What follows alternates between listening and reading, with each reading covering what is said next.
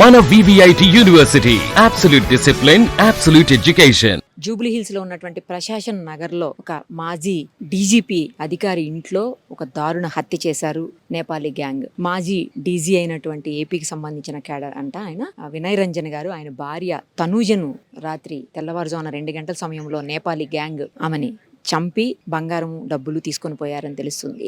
ఇది ఆ స్కెచ్ వేసింది కూడా ఇంట్లో పని మనిషి వాళ్ళకి హెల్ప్ చేయడం వల్ల వాళ్ళ స్కెచ్ వేయగలిగారని తెలుస్తుంది. అయితే నిన్ననే ఆల్రెడీ రెక్కి కూడా ఒక రోజు ముందే రెక్కి కూడా నిర్వహించారని తెలుస్తుంది. అయితే మాజీ డీజీ గారు బయటికి వెళ్ళినటువంటి సమయం అది అర్ధరాత్రి 2 గంటల సమయంలో ఆమె ఫస్ట్ ఫ్లోర్లో ఉన్నప్పుడు ఆమె పిల్లలు కూడా పైనే ఉన్నారంట. కనీసం పిల్లలకు కూడా ఏమాత్రం అనుమానం రాకుండా కిందకొచ్చి కల్పన అనే ఆమె నేపాల్కి సంబంధించినటువంటి ఆమె గత కొన్ని రోజులుగా ఆమె ఇక్కడ వీళ్ళింట్లో పని చేస్తుందని తెలుస్తుంది. అయితే ఆమె కిందకొచ్చి డోర్లు ఓపెన్ చేసి ఇదిగో ఈ బ్యాక్ గేట్, ఏ గేట్ అయితే మనకు కనిపిస్తుంది ఇక్కడ బ్యాక్, ఇదే గేట్ నుంచి లోపలికి వెళ్ళి ఆమెని ఒక నోట్లో గుడ్డలు గుక్కేసి చేతులు అన్నీ కట్టేసి లోపల ఉన్నటువంటి బంగారము ఇతర డబ్బులు కొన్ని తీసుకుని వెళ్ళారని తెలుస్తుంది.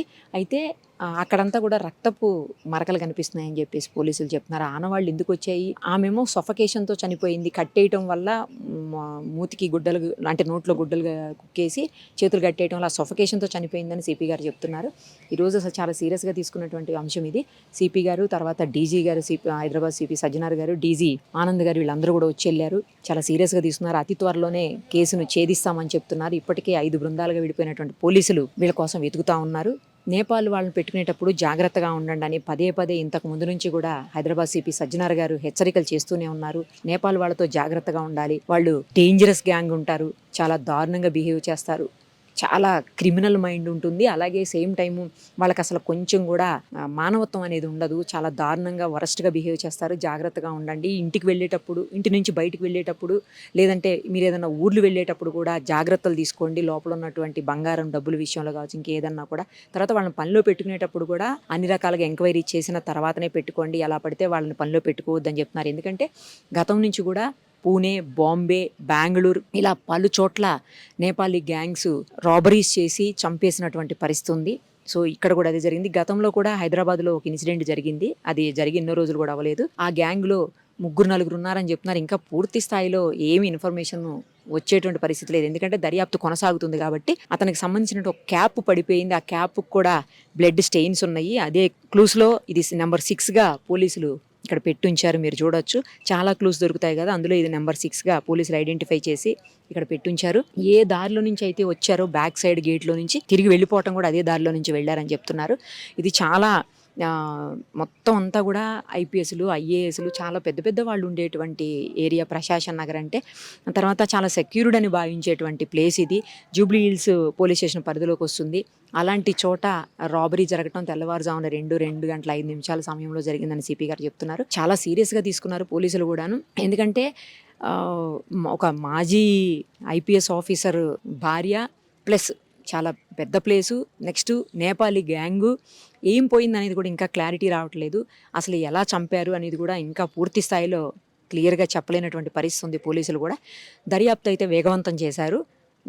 వీలైనంత తొందరగా ఎవరైతే నిందితులు ఉన్నారో వాళ్ళని పట్టుకుంటాము ఖచ్చితంగా అని చెప్పేసి పోలీసులు చెప్తున్నటువంటి పరిస్థితి ఉంది. ఇప్పటికీ స్టిల్ ఇంకా లోపల సర్చ్ చేస్తూనే ఉన్నారు, ఇంకేమన్నా క్లూస్ దొరుకుతాయేమో. ఎందుకంటే సీసీ కెమెరాలు కూడా వర్క్ చేస్తున్నాయని చెప్తున్నారు. బట్ ఆ సీసీ కెమెరాల్లో ఫుటేజ్ అంతా తీసి వాళ్ళు ఎవరు ఏంటి అని పట్టుకునేందుకు, వాళ్ళు ఇటు సైడ్ వెళ్ళారని పట్టుకునేందుకు కొంచెం సమయం పడుతుంది. కాబట్టి పోలీసులకు కూడా ఆ దిశగా ప్రయత్నాలు అయితే చేస్తున్నారు. కానీ పదే పోలీసులు, ముఖ్యంగా సిపి గారు, హైదరాబాద్ సిపి అయినటువంటి సజ్జనార్ గారు పదే చెప్పేది ఏంటంటే నేపాల్ వాళ్ళతో జాగ్రత్తగా ఉండండి, నేపాల్ వాళ్ళని నమ్మకండి, నేపాల్ వాళ్ళని పనిలో పెట్టుకునే ముందు 1-2 సార్లు ఆలోచించి డెసిషన్ తీసుకోండి. అలాగే వాళ్ళకి అంటే బయటికి వెళ్ళేటప్పుడు కావచ్చు, లేకపోతే వాళ్ళ ఇంట్లో పని చేసేటప్పుడు కావచ్చు, అన్ని రకాల జాగ్రత్తలు తీసుకోండి.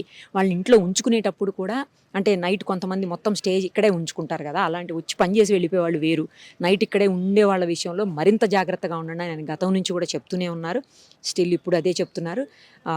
ఈ కేసులో అయితే దర్యాప్తు చాలా వేగంగా చేసి ఎట్టి పరిస్థితుల్లో వీలైనంత తొందరగా నిందితుల్ని పట్టుకునే ప్రయత్నం చేస్తామని చెప్పి ఆయన అయితే చెప్తా ఉన్నారు. అగో మీరు చూస్తున్నారు కదా, ఇంకా పోలీసులు క్లూస్ టీము వాళ్ళందరూ కూడా ఆధారాలు సేకరిస్తున్నటువంటి పరిస్థితి. చాలా చిన్న గేట్ అది, ఒక్కసారి చూడండి.